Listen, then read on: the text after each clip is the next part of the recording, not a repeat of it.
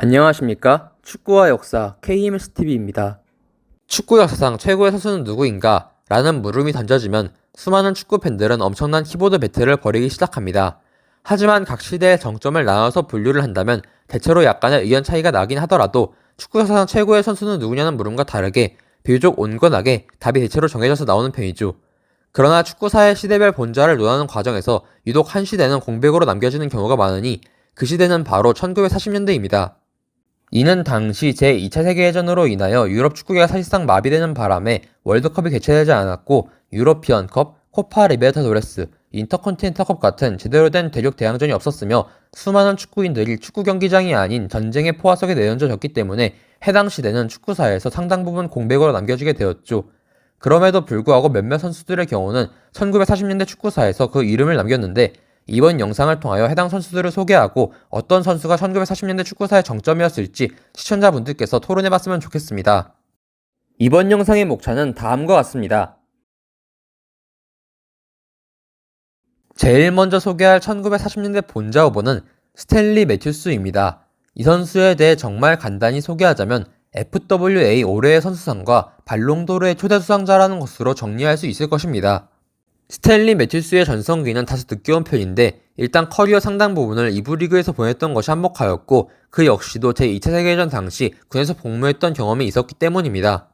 그러나 스탠리 매튜스는 스토크시티에서 꾸준히 좋은 활약을 보여주었고 이후 블랙풀로 이적하여 무려 37살의 나이에 별 볼 일 없던 블랙풀을 이끌고 FA컵 결승전까지 올라가 해당 결승전에서 헤드트릭을 달성하여 블랙풀에게 FA컵 우승을 안겨주는 기염을 토해냈습니다.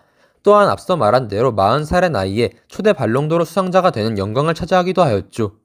스탠리 매튜스는 무려 50살의 나이에 이르기까지 현역으로 뛰었으며 축구선수로서는 최초로 기사자기를 받는 위엄을 달성해내는 쾌거를 이뤄내는 모습도 보여주었습니다. 두 번째 1940년대 본자 후보는 요제프 비찬입니다.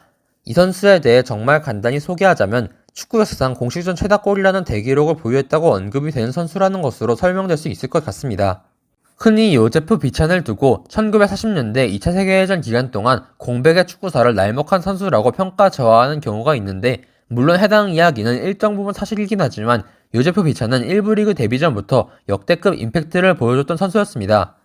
1931년 요제프 비찬은 18살의 어린 나이에 라피드 빈에서 1부 리그 선수로 데뷔하였는데 데뷔전에서 무려 마티아스 신델라가 버티고 있는 FK 오스트리아 빈을 상대로 4골을 맹폭하는 파란을 일으켰죠.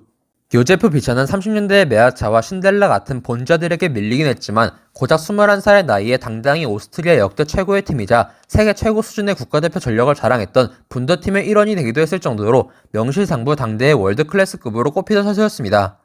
물론 1940년대는 전쟁이 터진 시기였다는 점을 감안할 필요는 있겠으나 이 시기 요제프 비찬은 경기당 2.5골이라는 경이로운 득점력을 자랑했고 종전 이후에도 엄청난 득점력을 과시했으며 프라하에서의 마지막 시즌에는 도중 리그가 중단되었다는 것을 감안해도 7경기 21골로 경기당 3골이라는 미친 득점 기록을 남기며 리그 득점 랭킹 1위를 차지하고 있었던 괴랄한 득점력을 계속해서 보여주고 있었습니다. 세 번째 1940년대 본자 후보는 텔모 사라입니다. 이 선수에 대해 간단히 설명하자면 메날도가 등장하기 전까지 라리가 최다 득점자 위치를 지키고 있었던 선수입니다. 또한 그의 이름을 딴 상의 이름이 있을 정도로 라리가에서 상징적인 선수였죠. 텔모 사라는 스페인 내전 종전 이후 데뷔했는데 잠깐의 군복무 이후 다시 돌아와 빌바오의 전설이 되었습니다. 빌바오에서 수차례 우승컵을 들어올리고 득점왕을 차지했던 텔모 사라는 1946-47 시즌에 라리가 선수로는 최초로 단일 시즌 30골을 기록하여 득점왕에 오르기도 했으며 1949-50 시즌 코파델레이에서는 팀을 결승까지 올린 것도 모자라 연장 혈투까지 치르는 결승전에서 4골을 폭격하며 빌바오의 우승을 이끌기도 하였습니다. 텔모 사라는 라리가에서 총 6번의 득점왕을 차지하고 스페인 국가대표에서도 에이스로 활약하며 시대를 대표하는 공격수로 남았고 쿠발라와 디스테파오 등이 등장하기 전까지 라리가의 아이콘이자 바스크, 나아가 스페인 축구의 자존심이었던 존재로 기억되고 있습니다. 네 번째 1940년대 본자 후보는 쥐지뉴입니다. 이 선수에 대해 간단히 설명하자면 펠레와 제르송이 존경했던 브라질 축구의 선대 아이콘이라고 할 수 있습니다. 쥐지뉴는 플라멩고와 브라질 국가대표에서 맹활약하였으며 특히 브라질에서 상당한 업적을 남겼습니다. 지지뉴는 1922년 이후 대표팀이 우승을 차지하지 못했던 코파 아메리카에서 27년 만에 브라질에게 우승을 안겨주었으며 자국에서 열린 월드컵에서 브라질을 월드컵 결승까지 올리는 맹활약을 하였습니다. 다만 그는 국가대표에서 지독한 콩라인이었는데 총 5번의 코파 아메리카 결승에 올랐음에도 불구하고 1949 코파 아메리카를 제외하면 모두 준우승에 그쳤고 앞서 언급한 1950년 월드컵에서는 무려 마라카낭의 비극의 희생양이 되어 준우승에 그치고 말았죠. 그럼에도 그는 현재까지도 코파 아메리카 통산 최다 득점 공동 1위 자리를 지키고 있을 정도로 놀라운 활약을 보여줬던 펠레 이전 브라질 축구의 아이콘이었다는 평을 유지하고 있습니다. 5번째 1940년대 본자 후보는 호세 마누엘 모레노입니다. 이 선수에 대해 간단히 설명하자면 디에고 마라도나 등장 이전까지 아르헨티나 역사상 최고의 축구 선수로 꼽혔던 존재이며 디스테파노의 우상이었던 존재입니다. 호세 마누엘 모레노는 리버플레이트에서 데뷔하여 리버플레이트를 보카 주니어스와 어깨를 나란히 하는 명문팀으로 만들어낸 장본인입니다. 그가 등장하기 전까지 리그 우승이 1회에 불과했던 리버플레이트가 그가 등장하고 함께 5번의 리그 우승을 맛본 것을 보면 그의 위상을 잘 알 수 있죠.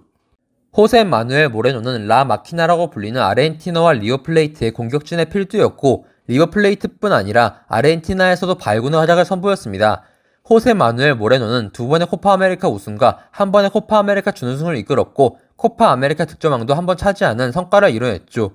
이 시기 아르헨티나의 전력이 타국에 비해 압도적이었다는 평도 있지만 호세 마누엘 모레노는 그 아르헨티나에서도 정점이라는 평을 받고 있었습니다.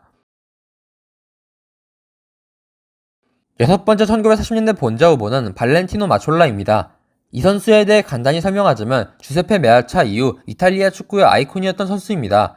위대한 인테르의 리더였던 산드로 마촐라의 아버지가 바로 이 인물이죠. 발렌티노 마촐라는 토리노에서 커리어의 정점을 찍은 선수로 통칭 위대한 토리노의 아이콘이자 이탈리아 축구대표팀의 에이스였습니다.